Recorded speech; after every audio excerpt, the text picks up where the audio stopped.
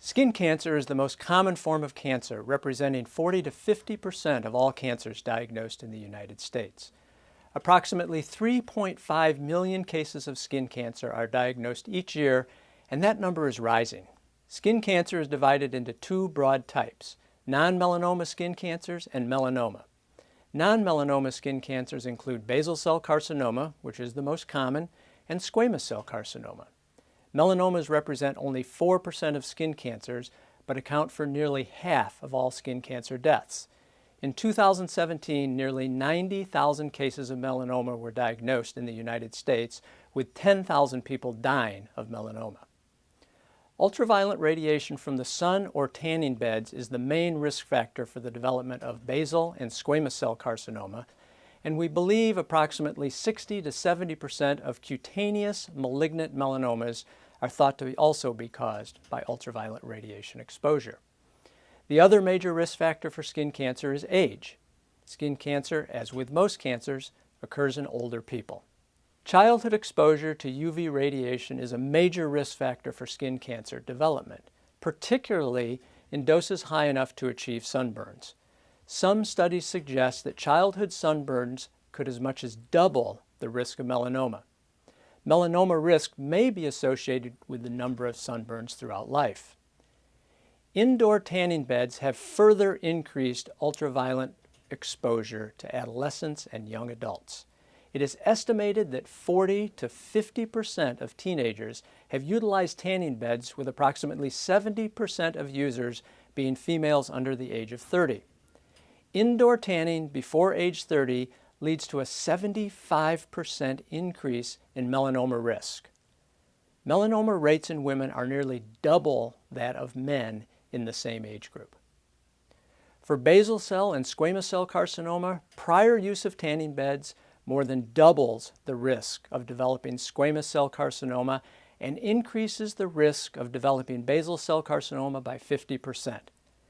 The age at initial tanning experience was also significant, as the odds for developing squamous and basal cell carcinoma were increased by 20 and 10% respectively for each decade younger the subject was at the time of tanning.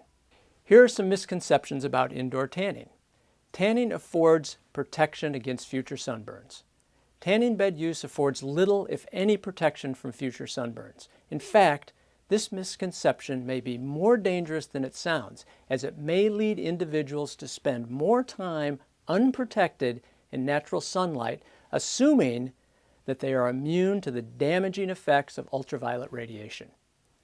Indoor tanning is no different than natural sun exposure.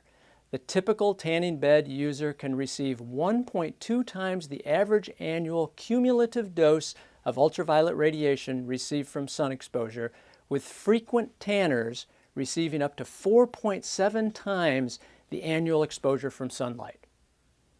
Sunscreens. Understanding what SPF means. SPF stands for Sun Protection Factor.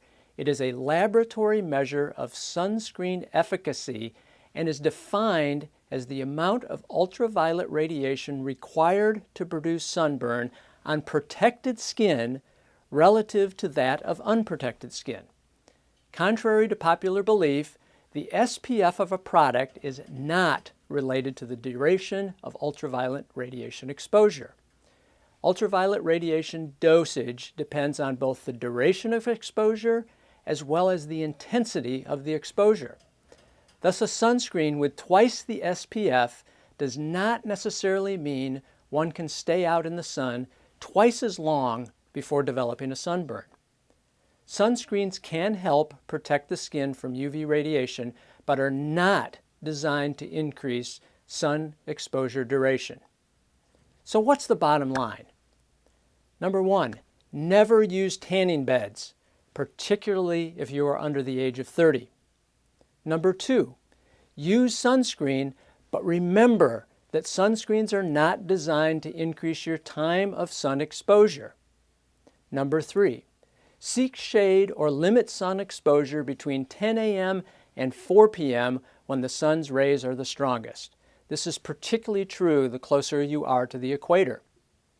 Number four, Wear protective clothing such as long-sleeve shirts, pants, sunglasses, and wide-brimmed hats. Number 5, short durations in the sun can be beneficial for health, particularly at more northern latitudes where year-round sun exposure is limited.